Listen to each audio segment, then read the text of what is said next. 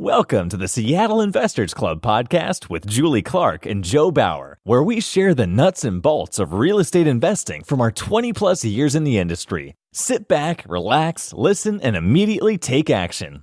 Are you ready? Here we go.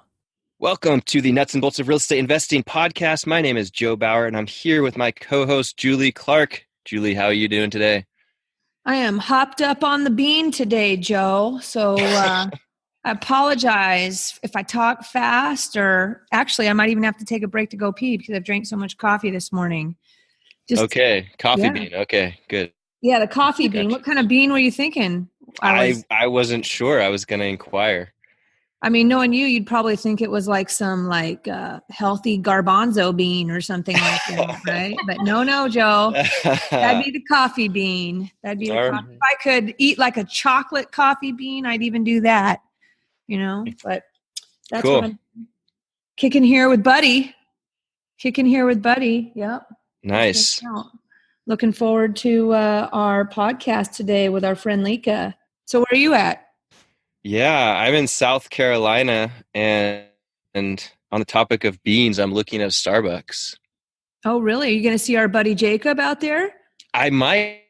Actually, we're trying to hook up a hike on Saturday in Congaree National Park. That would be spectacular. I actually just sold, or I have pending inspection, the inspections today on his duplex out in Puyallup. So give him a little hug and kiss from me. I know you guys like to hug and kiss when you guys are out hiking, right? That's what we do. Every mile, a good hug and kiss is about how we do it. Right on. Awesome. Well, speaking of a big hug and kiss, I would love to give a warm welcome to our... Actually, before I do that, sorry, I'm going to back it up. I'm so excited about Leka being on the podcast. I need to know more about what you guys are up to. So where are you guys parking the van these days? We're just in South Carolina. We were at some random campsite last night. I actually was talking to someone earlier, and he's like, "Where are you at?" And I had to pull up a map as I was talking to him to know where we were at. It's we've been moving fast the last couple of days, so we're kind of near the Great Smoky Mountains. Cool. Which is really nice. Although it's... Well, let me just tell you, Joe, if you hear a banjo playing in the woods, I want you to run as fast as possible. I'm listening for them. I haven't heard one yet. Yeah, I'd be hightailing it that point. Well, where else are you going? I saw on your calendar, because we have a shared calendar here. Where are you going today? You're heading somewhere else? Yeah, Congaree. Well, that's the next stop, is Congaree National Park in South Carolina. And then we're headed into Georgia after that. Awesome. Well, if you guys want to see our buddy Jacob Barnhill and Joe kiss and hug on the trail this weekend, you guys should check out The Fantastic Life, where you can follow all Joe's exciting adventures. While I sit at home here... Thanks, Joe. Actually, if there's anybody that I live vicariously through besides you, it would be our awesome guest today, Leka Devatha. Talk about jet setting. Thanks, Leka. Your kids are, I think, even younger than mine, but you sure seem to travel the globe. So I look forward. We're going to get the real estate stuff out of the way today, talk about that. But then we're going to talk about a little travel. That's what I'm looking forward to. Hi, guys. I'd love to. Yeah. Welcome. Thank you for having me. Absolutely. Well, I'm going to let Joe kick us off. For those of you who have not met Leka yet, you are missing out. She is a firecracker of a gal, a fellow girl power member, right? And she is kicking butt all across Washington with her beautiful homes that she has been redeveloping for the last, we're about to find out, however many years. So, Joe, why don't you kick us off and introduce everybody to our friend Leka? Yeah, Leka, great having you today. And we know that you're kicking butt right now, but our first question is always about how you got to this butt-kicking stage. So if you can give us the where you grew up, how you grew up, and how you got to where you are now story, we'd love to hear it. Hi, Joe. Thank you for that. Yes, I'd love to share my story. I grew up in a town in India called Bangalore, and I moved to Seattle when I was 25. That's about 12 years ago. And when I met my husband, Vijay. And since I moved up here, I was in fashion, I was in retail merchandising, and then we ended up buying a lot of land and building on it with the builder back in 2012. That kind of got us into, the whole like love for construction. And that led to me finding, my new choice of career, and I'm just absolutely obsessed with it. Buying old fixers and remodeling them, giving them life, giving them a new soul, and really just making our community a better place, one house at a time, has been fascinating for me. I started doing this back in 2014. And since then, I flipped around 30 homes and, just going strong. The market has been great, and I'm really fortunate to be in such an amazing market with awesome investors and great support people like you and Julie. And so I am now after all these years. So that home in 2012, or what you built in 2012, was that your personal residence, or? Yeah, that's where we live. That's our primary home. Nice. Awesome. That's good stuff. And so you met, do I say it right? Vijay? Yes. Here? Did you meet him here or in India? We met back in India. Awesome. We met back in India. We had the big fat Indian wedding, and then I moved up here with him. And why did you guys move here?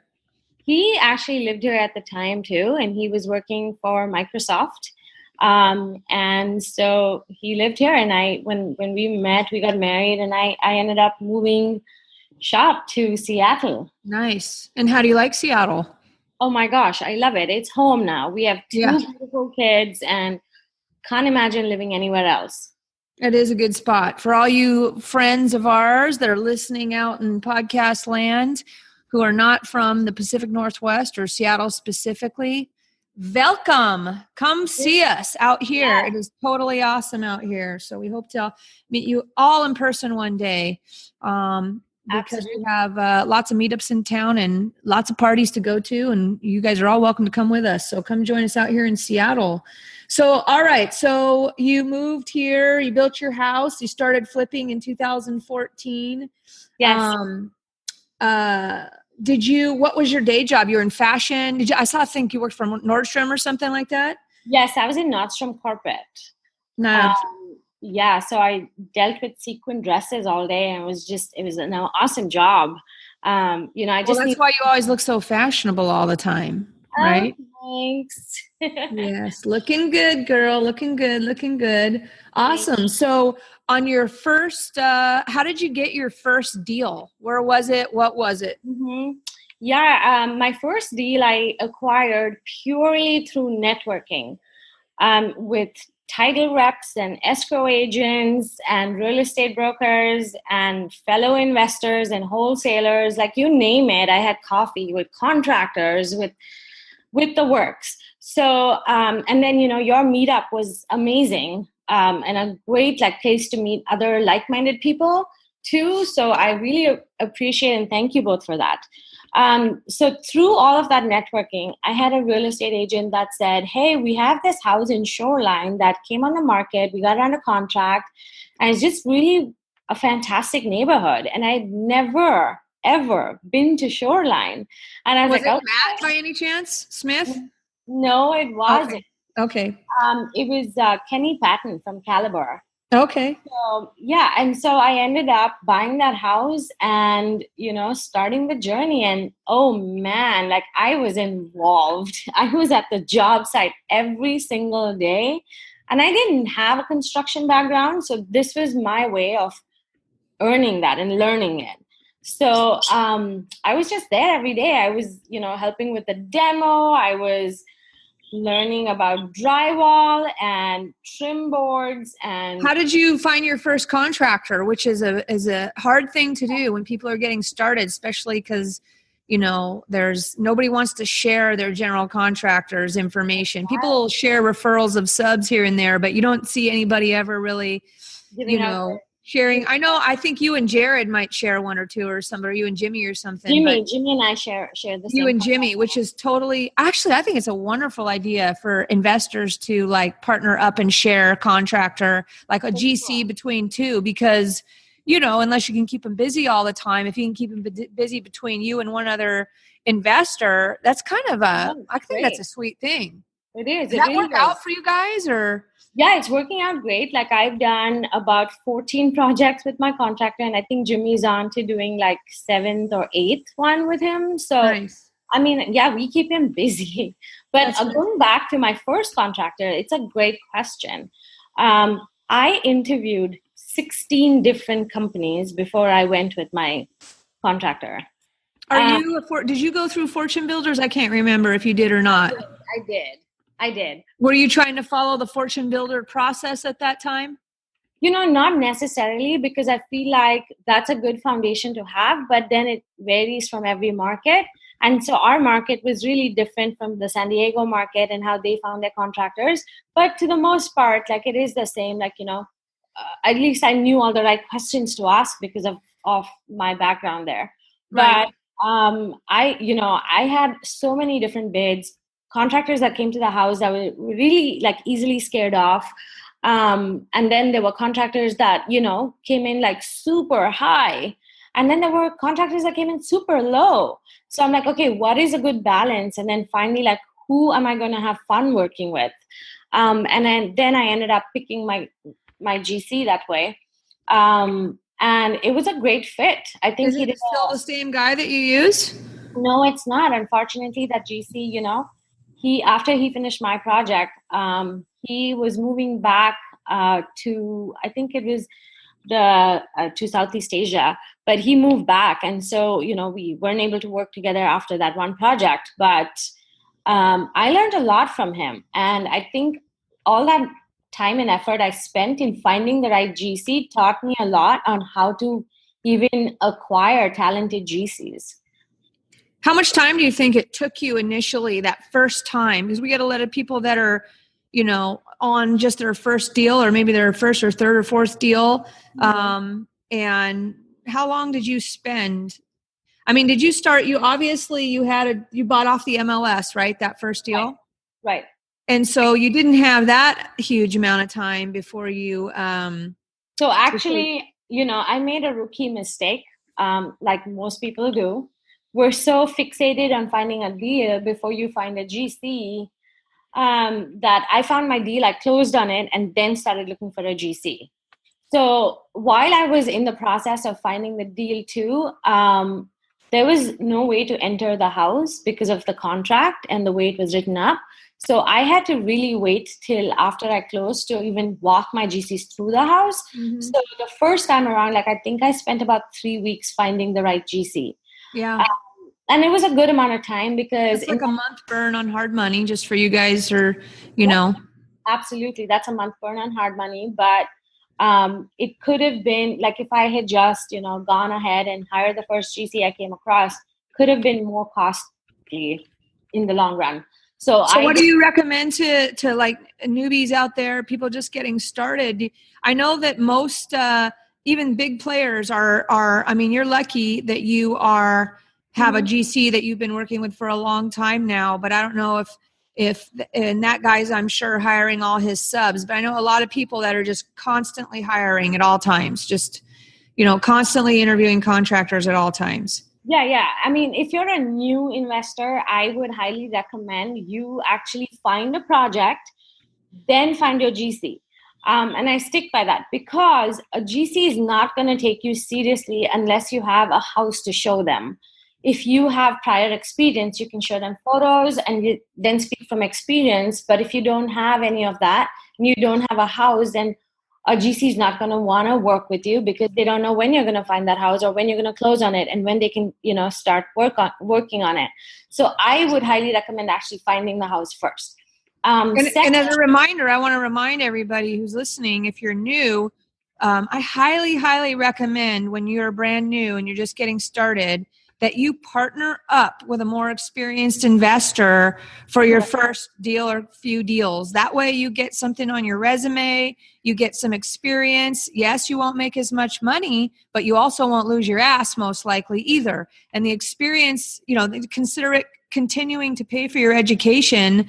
And you're probably less likely to get a big spanking if you do it that way. And that doesn't mean that you got to partner up with somebody that's done 30 deals like Leka, but maybe that has at least 5 or 6 under their belt. Yep.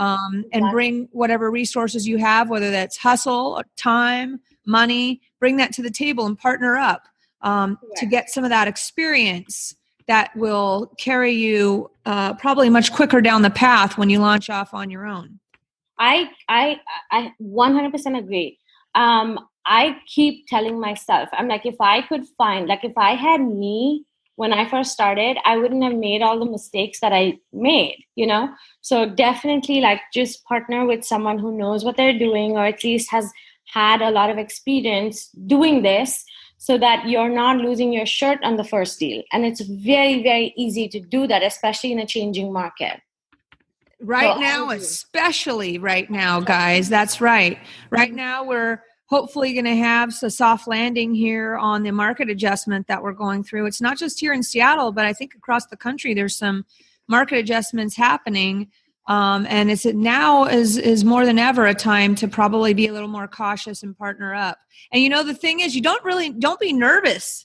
Don't be nervous about asking an experienced investor. That's what networking is for, and meetups and things like that. Experienced investors, lots of them would love to have somebody bring money to the table on a deal and teach them. A lot of people love that. A lot of people love to give back and teach that sort of thing. So you don't need to be worried or embarrassed. And if anybody in town is in the Seattle area needs some suggestions on who might be up for that, just contact me at julie@seattleinvestorsclub.com, and we can talk more about that, and I'll try and hook you guys up.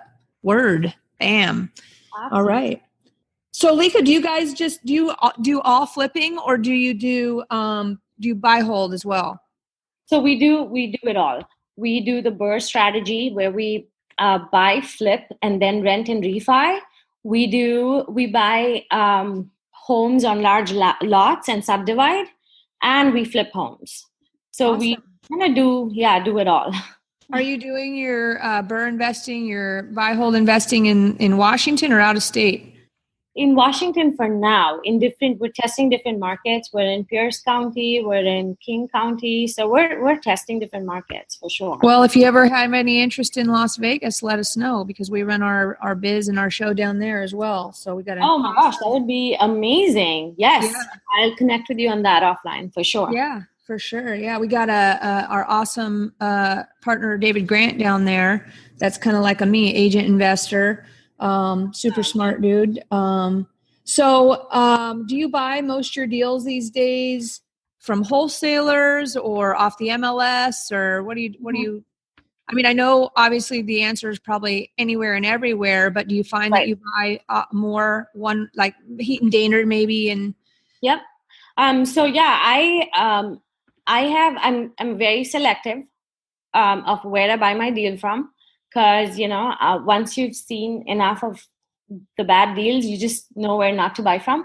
So given that, but I'm still constantly networking with wholesalers and other brokers, and also knocking on doors and, talking to sellers directly. But I find that my best deals come from the more experienced wholesalers. And also, I've had great luck finding deals off the MLS that I've able to successfully wholesale to other investors. So I would say, it's a combination of the two, but I see a lot of deals every day, especially right now. Yeah. So are you grabbing, we know there are wholesalers, smart ones too, that grab deals off the MLS and wholesale them. Not wholesale them. Maybe they're wholesaled, maybe they're not, right? But you're starting to do some of that? Because I never do that. I really never even, I don't look at the MLS much. I need to probably start looking again, but I haven't. Yeah, I mean, lately in the last 6 months, I would say the MLS has been amazing. I've actually found a few deals on the MLS that have panned out great. And I think that trend's going to continue given where we are at the market right now. But also like through my deals, through the houses that I flip, like I'm always keeping in touch with the neighbors. So I've been able to get a few deals off market through that. Nice. And yeah, like I mean, my friends over at Heat and Daynard always send me some really killer deals that I'm constantly doing. I'm doing 4 deals with them right now. So yeah, I'm always looking and I'm finding good deals through different sources. Do you actually, we're all on the same threads, like Wari, our friend Jan's Facebook community, yep. And Fixated, Tarl and Grace's community. Yep. And we're all going to be together pretty soon next week. It's going to be super fun. But do you actually look at any of the deals that flow through those? I mean, I ignore them all personally. Just a lot of days. I cannot tell you how gross the daisy chaining has gotten, right? It's like insane. We're going to do a podcast on co-wholesaling because it is like out of control right now. I completely agree. I mean, I've been in some really funny situations, but I'm kind of a nerd when it comes to deals. I have to literally go through every single deal and see whether they're going to make money or, they're like fudging the rehab numbers or the ARV. Like I'm constantly looking in it. And then when I do have time, I also email them back and say, hey, your ARV is not 875. It's more like 775. And so you actually do look at the deals coming through those threads or? Yep, exactly. So I look at every single deal that comes my way. Okay, cool. Whether I buy it or not is a different question. And maybe sometimes I don't even have time to like reply back, but I do look at every one of them. And I get quite a few every day. But it's just fun to kind of, analyze and see. Good practice. It's good practice. And I always go back to emails from a year or two ago and see, how the house sold. Yeah. That's kind of a good way for me to keep in touch with the market and, see which houses sold for, which houses were bought right and which were not.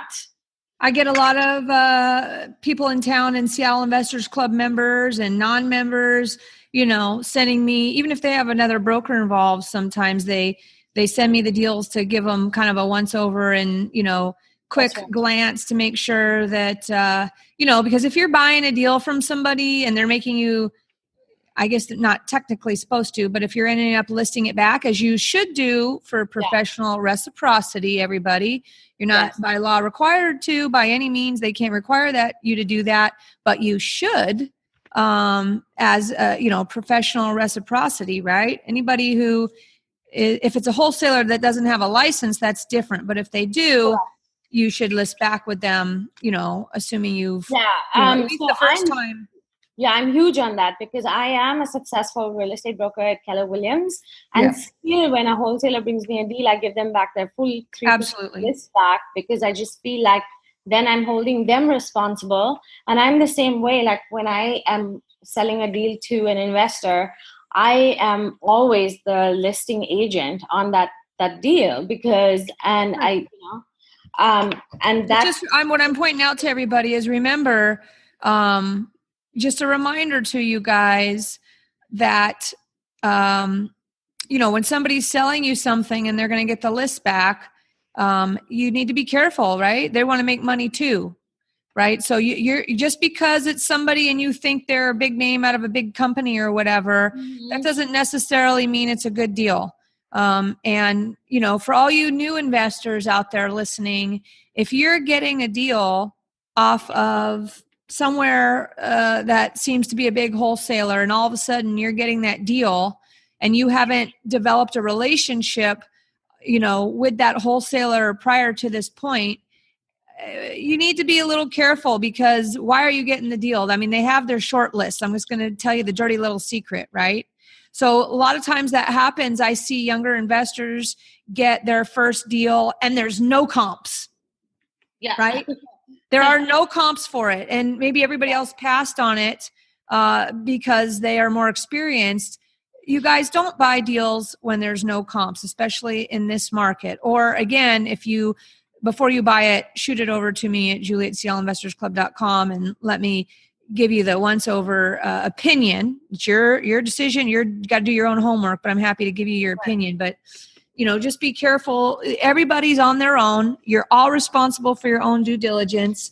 Again, we'll say that's why you should partner up with somebody more experienced when you get started. But Leka, do you guys do any direct mail marketing at all, or? Julie, we did in the past, and I'm going to pick it back up next year.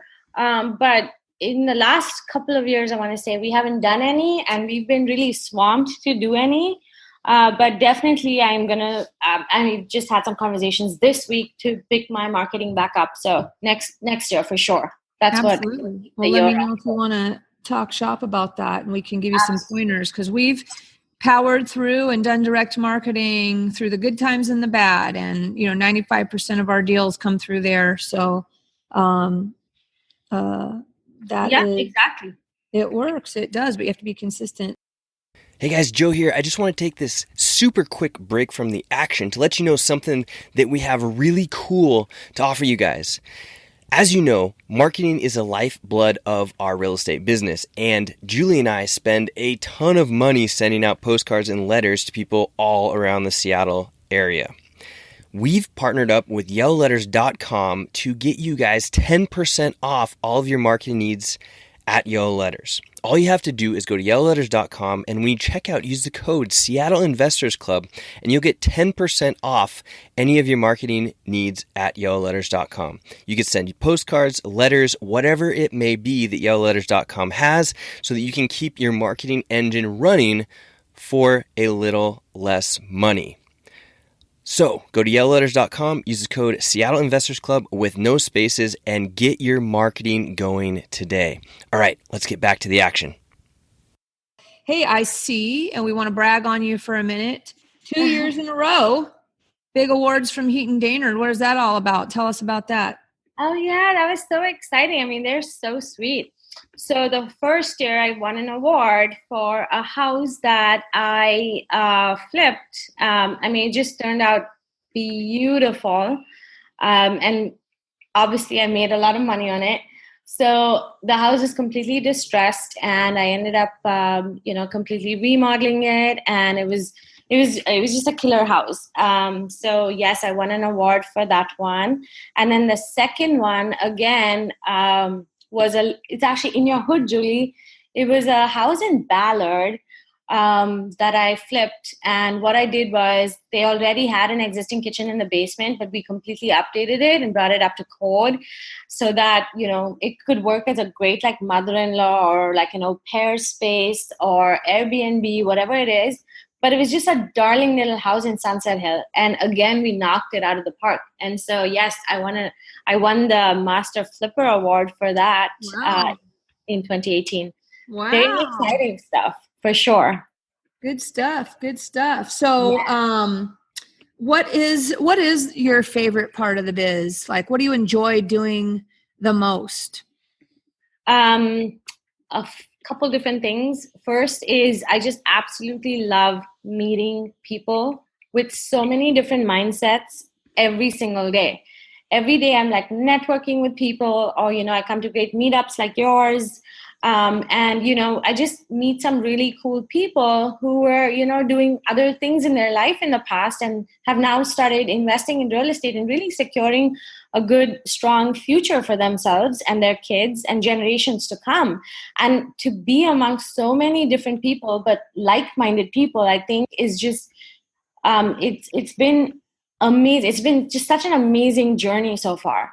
The second thing that I absolutely love about it is I design every one of my homes, and every one is designed differently. No two bathrooms are the same.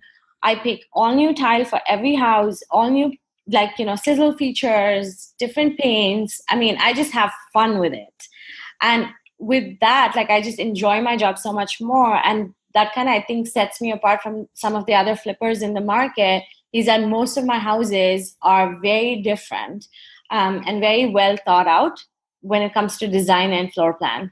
Yeah. You remind me of my friend Donna Gronwald, who is at KD3 Home Solutions, and she is definitely into that part. You guys are going to actually get to hang out next week at the party, but you guys should talk shop about your little, where you guys find all your resources for design stuff, because she's totally into that too. I'd love for you guys to have a quick chat. I mean, I think we did homes that were like within 2 streets apart. And then her broker Matt came by mine, and he was just like really blown away by both. Yeah. And she killed it on hers and I killed it on mine. And I just love her design sensibility for sure. It's so interesting. Sorry, fellas. I love the girls that are the women in real estate there's a lot of, I love to see the gals' house design versus some of the guys' house designs. Yes.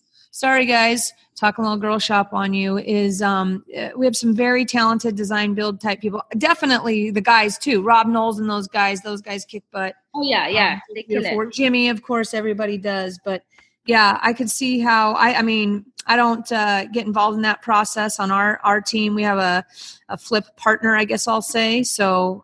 Yep. We run our show a little bit differently over here. But that's awesome. That sounds very good. So you have your real estate license. Yes. Why did you decide, as a busy redevelopment expert, we'll say, to get your real estate license? Everybody should know that's one of my hottest topics, that I think everybody who's in the real estate business, at least somebody on the team, should have a real estate license. Why'd you get yours? Yeah, so it was exactly for that reason. Honestly, the plain and simple truth is I wanted to get inside homes with, a free pass. On your own, right? On my own, and not having to wait for an agent to take me in. And it's incredible. Also, I say this to everybody I know: don't get your real estate broker's license if you want to be a serious house redeveloper, because I don't think you can do both and give it the best of your ability if you're trying to focus on so many different things at the same time. And to be a real estate broker is honestly no joke.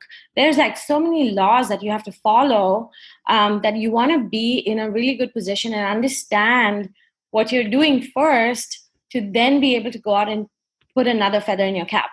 So it's just well, you don't need to actually work and go to sales meetings. I know you're at KW. You're at Keller Williams East Side, right? Yes, that's correct. Do they require you over there to go to sales meetings and stuff? No. Yeah. So people can get their license. I think some people don't get their license because they're like, I don't want to work as a real estate, but you don't have to work as a real estate broker. I think to me, I'm going to say my 2 cents, is it's an insurance card. It's an access card to get into the house as easily, like you say. It's a discount card when you buy for yourself off the MLS, and you can pay yourself while you do it. It's an insurance card. If the market goes down and starts tanking, that you can list your own properties and save that listing commission. I mean, there's so many reasons to have it. And to be honest with you, the rules are not that complicated. And anybody who is an investor out there who wants to get their license and you want some insight on what those rules are, hit me up at Julie at SeattleInvestorsClub.com. At some point, I'll have a coaching specific thing about that. I did one broker investor class on that. I think it was last year, to teach people how to wear both hats by the rules, which is a very important topic to me, because it is confusing for people and stuff like that. But, it's really confusing. It's a lot of work. I still, for me, I have been quite a successful real estate broker. And I think it's because I understand homes and I have an incredible amount of knowledge when it comes to construction. But also, I think you're doing a great service to a retail buyer or seller, given the knowledge that you have as a real estate investor. Oh my gosh. My opinion is that in the future, as the real estate industry continues to disrupt with all these discount brokers and, the Redfins and the things like that, where people are actually employees and, they don't get paid a commission, they're just paid a salary. And as those things start to roll forward and, you've got Open Door and now Zillow in the game. And I think that in the future, for agents that do not know how to provide options to sellers, they are going to turn out to be employees of these companies rather than agents themselves, independent agents. Maybe if you're a buyer's agent, that might be a little bit different. But if you're a listing agent and you don't know how to provide options, I think that your success is going to be squashed. So that's right. And that means, cash offer versus a listing versus a creative structure, and that sort of thing. So absolutely. Why'd you choose Keller Williams East Side? Just curious, because I thought about going to Keller Williams before, but I have not as of yet. Because of their great foundation as for a new broker. I think they have some really good education material and also just great coaches. I am really fortunate to have such an incredible coach. He devised the coaching program for Keller Williams and for the Ben Kinney offices. So, having him in my corner has been a great help. And that's traditional brokerage coaching, right?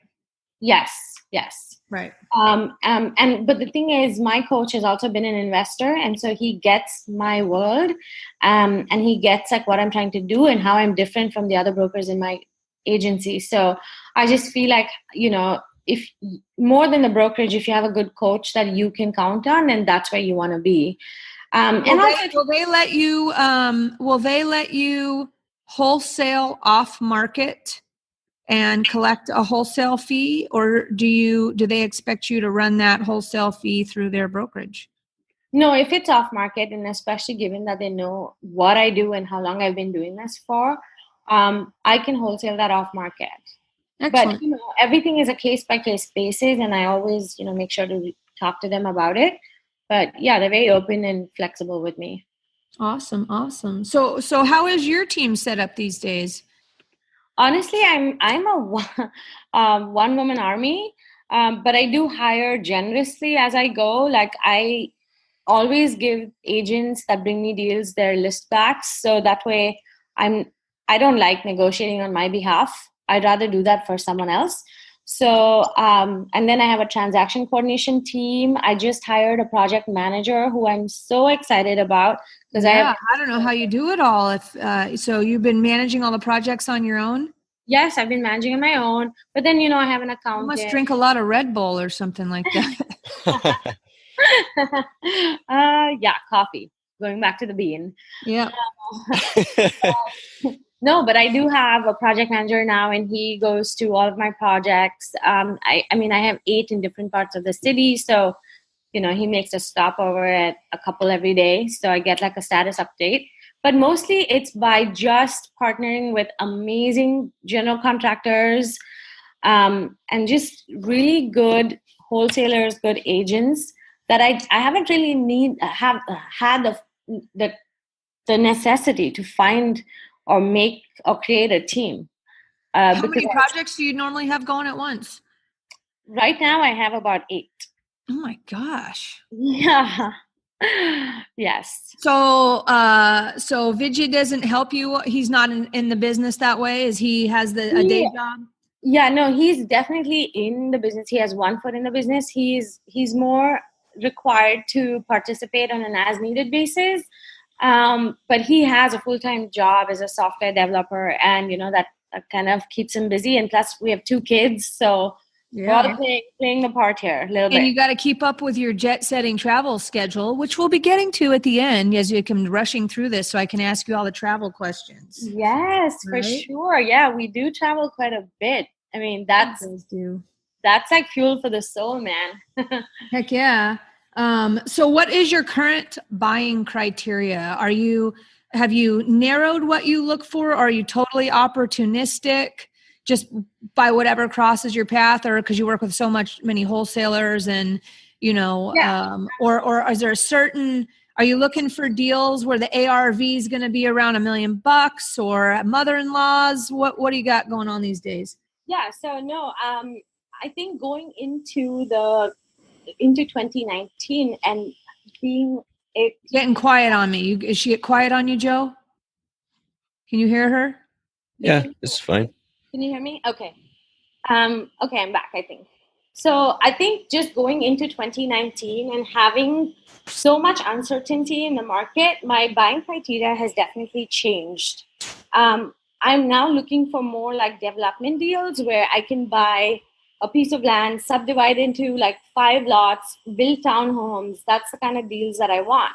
I'm also wanting to get into new construction because those take longer and just gives you more flexibility in terms of pricing. You're not on such a tight like budget. So I want to go into more creative ways of doing my business, but also adding a lot more rentals to our portfolio. That's what our 2019 focus is going to be, is just finding those BRRRR strategy properties and so definitely different from what 2018 was. 2018 was find a good house in a good neighborhood, flip it to the 9s, and get a killer price on it. 2019 is going to be different. And, that's the thing about this market is it just gives you the flex, or, this industry is that it gives you the flexibility to kind of adjust with the market, which is what's so great. So I want to say, like, to the new investors out there, continue to like keep a pulse on the market and see how you can let the market drive you in the different directions that it's taking you. You don't have to do the same thing over and over and over again, because that's just, foolish.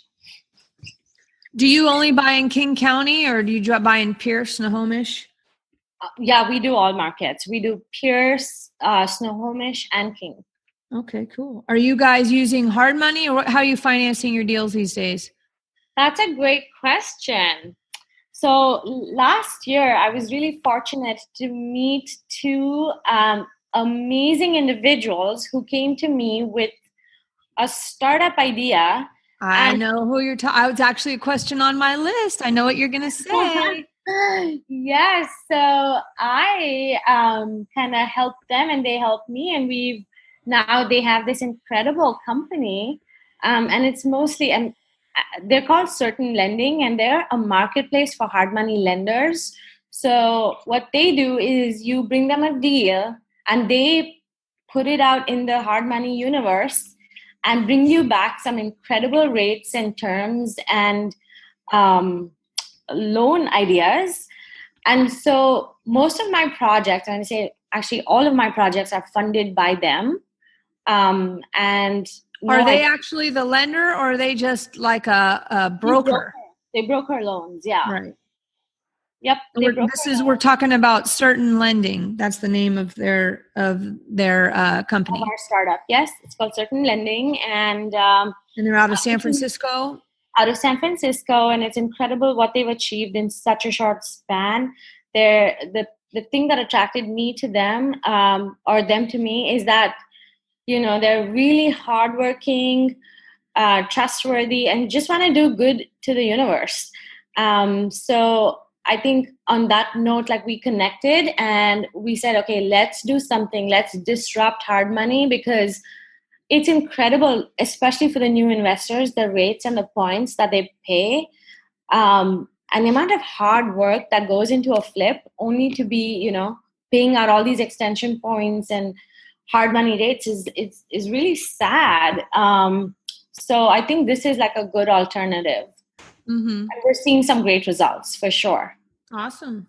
I imagine that they're getting paid something by the hard money lender that they're brokering to, not adding that fee onto the borrower. That's correct. Yeah. Yeah, cool. That's exactly right. Well, we'll have to call them up and get them on the podcast, Joe. Oh my gosh, yeah. You do. I'll send you guys an introduction. Well, we've had Nee on the podcast. Is he involved with them? Yes, he is. He's one of their loan originators, and he's just killed it. Like, he's been such a great force of, wealth of information and knowledge, and just networking, with the right people in the Seattle market has been great for Certain Lending. They really appreciate having him on board for sure. Yeah. Joe, maybe we could link Nee's podcast in the show notes as well. All right, we'll do. Right on. So are you are you just borrowing or using their service, or are you actually doing some brokering yourself on the loans? No, I'm not doing any brokering. I'm just one of their advisors, and I just borrow from them. But it's been great to kind of help them build that out in the market. Like we have conversations about, every time they roll out a new product, I kind of help them like look at it from an investor's perspective. So, yep. I'm not actively involved in their loan processes. No. Okay, cool. Well, we'll I've met those guys a handful of times as well. So I will reach out to them. We'll see if we can get them on the podcast. Maybe we'll even invite them up to the party. But okay, cool. I'm actually going to see them next week, so maybe I can convince them to come back with me. Yeah. So speaking of that, we're going to wrap up here pretty soon, but do you have a mentor or anybody that's inspired you the most that you have learned from in your rise to the redevelopment pro you are today? Wow. Yes. I mean, I don't think any job is possible without a mentor or inspiration. When I first started, I think I just absolutely loved partnering and being mentored by Sean Katona. Yeah, and then like after, you still talk to Sean? Yeah, once we exchanged text messages. But that guy's tell him we said hi. Yeah, for sure. But then also like I just love talking to people in the community. Like last week, I just picked up the phone and I spoke to Jimmy Tang, Jared Holland before he left off to go to Brazil. But I am constantly talking to people in the industry, people who are like me, who, flip homes. I mean, like Tarl is such a great inspiration for me.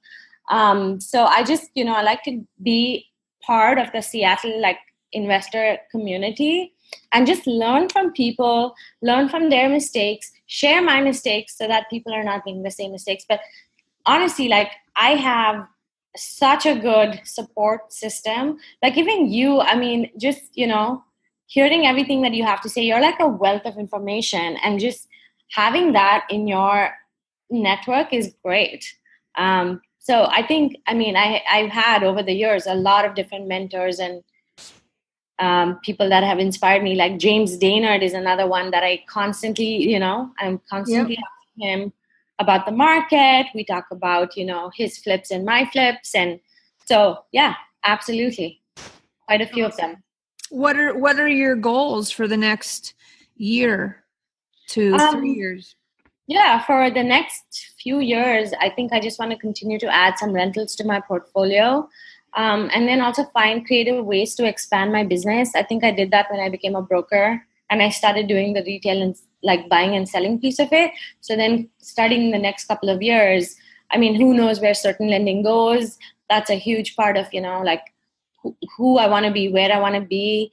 And then also just like the local real estate market, I'm going to continue to flip. There's no two ways about that. Like that's something that I just love to do. So I'm going to continue to flip, continue to add rentals. Like I said, start some new construction. So it's like a fun ride. I'm excited. Yeah. How about I'm excited to see what you do. And speaking of being able to see what you do, are you doing some video stuff at all with Arif and Kasim or Jeremy Poole and those guys? I thought I saw you poking around. Yes. So I actually shot my very first video business card. And it's online for anyone that wants to see. Send it to us. Joel put it in the show notes. Okay, I will. I'll do that.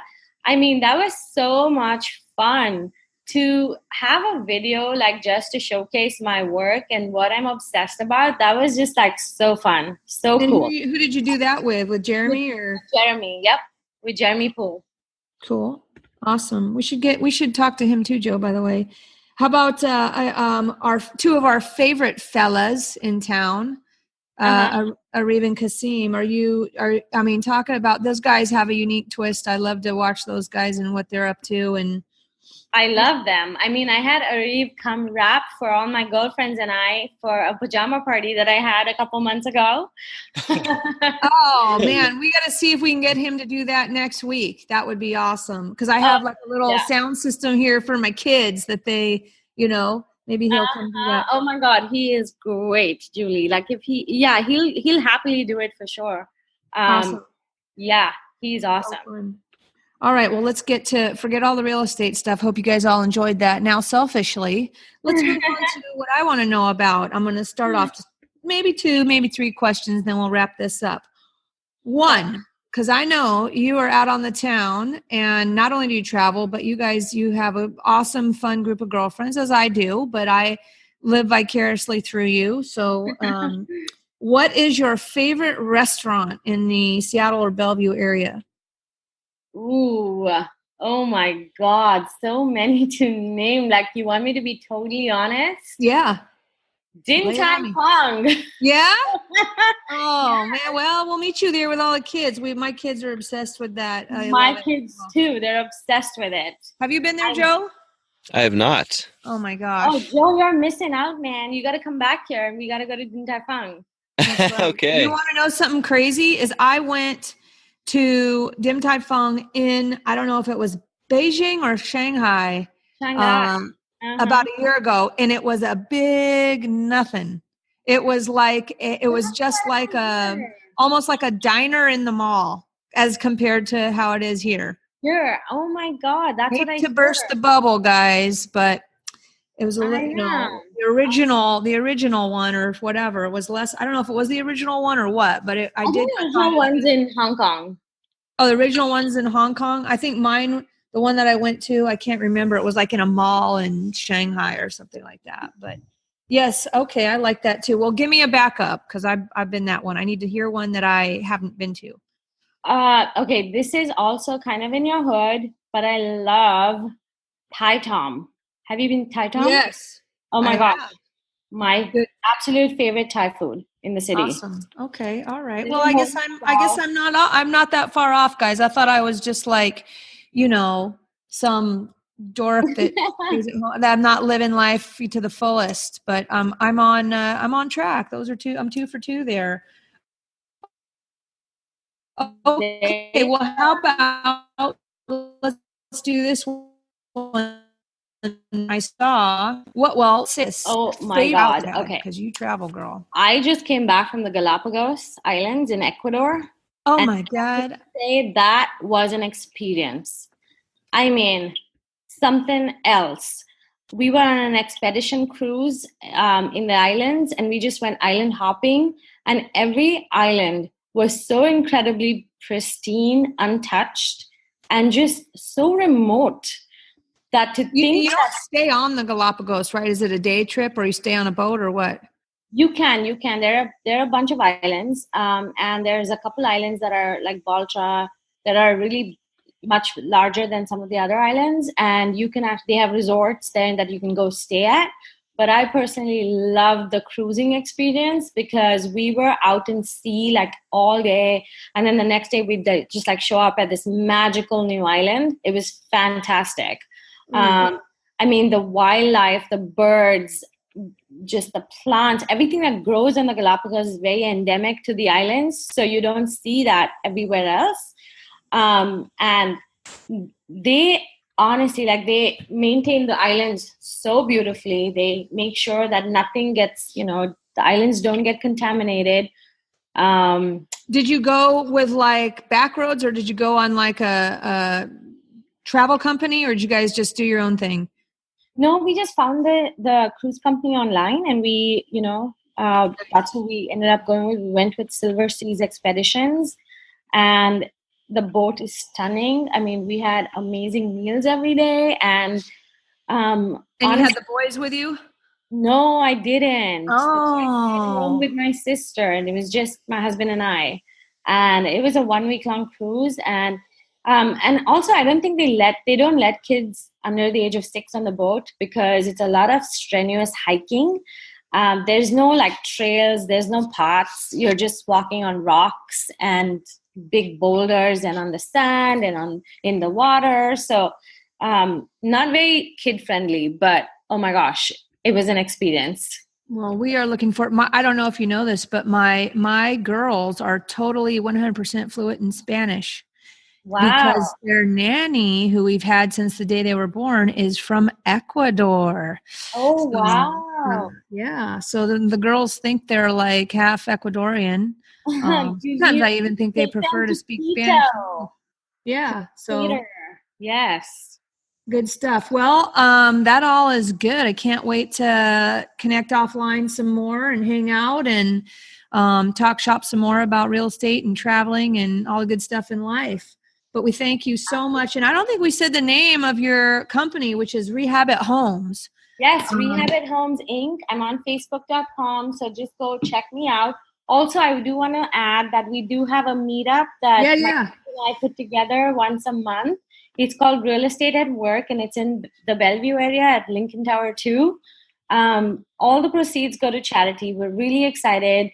Certain lending sponsors the event. We give out amazing free lunch. And also it's a great place to, network with other investors. So come by to the next one for sure. You guys get a pretty good crowd there. And where is that? Is it always in Bellevue downtown there?